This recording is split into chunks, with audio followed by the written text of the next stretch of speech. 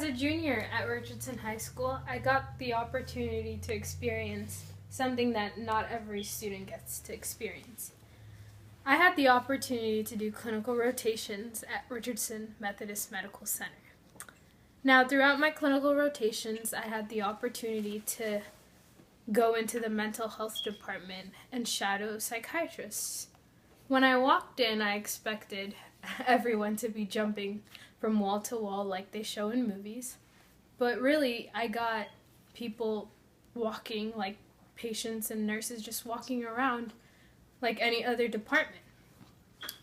Now, before I went into this department, I never really questioned what the difference between a psychologist and a psychiatrist is, and I thought you can just use them interchangeably.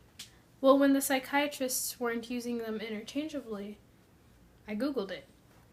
The main difference between a psychologist and a psychiatrist is actually a big difference. A psychiatrist needs a medical degree, where a psychologist only needs a bachelor's. Why? Because psychiatrists prescribe medicine and you need a medical degree for that. Now, a psychiatrist also, just like I said, need a higher level of education, and they have constant patient-to-patient interaction. As a psychiatrist, you can have a bachelor's in any of the natural sciences like biology or chemistry, but most people have a bachelor's in psychology, which makes sense because psychiatrists and psychologists are very similar. Now, after you gain your bachelor's, you go into medical school because you're wanting to be a psychiatrist. When you go to medical school, you have the option to attain two different kind of degrees. An MD, which is a medical degree, or a DOM, which is Doctorates of Medicine. They both work, but it just depends on which one you'd like. After you gain these, you go into your residency, and this is a 4-year process. You can or cannot be paid depending on your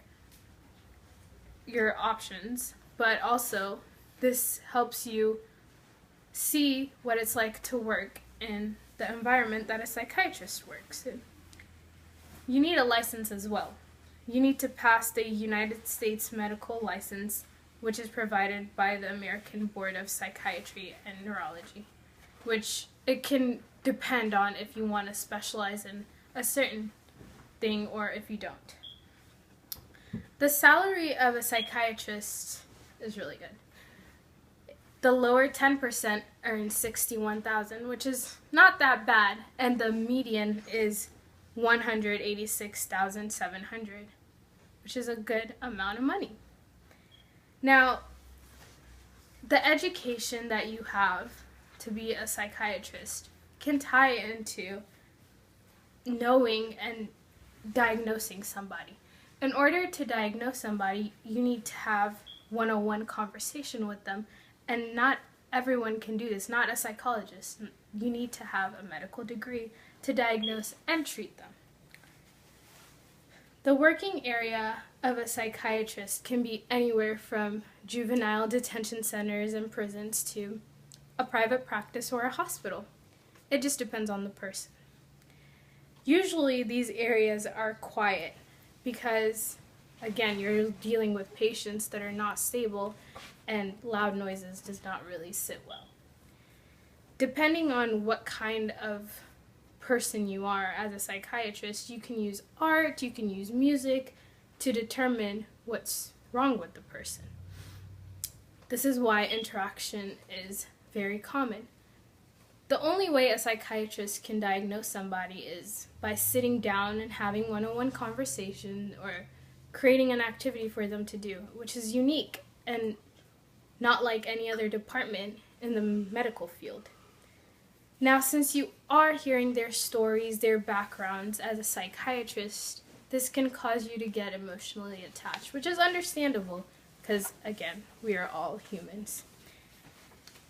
Since you are getting emotionally attached, this can cause damage to yourself as a psychiatrist as well. Research shows that psychiatrists have high stress levels and have thoughts of suicide. And it's honestly understandable, but it's also the downside of being a psychiatrist. A psychiatrist needs high level of education, and they are constantly interacting with patients. From my experience at Richardson Methodist Medical Center, I got to talk to a patient who I honestly didn't think anything was wrong with him. We sat down and he colored, I colored, we had talks. But then I later found out that he's actually on suicide watch. Now, from talking to him, I did not think anything was wrong with him, actually. But that's why you need a medical degree to become a psychiatrist. I'm not capable of doing this just yet, and I need to attain my medical degree.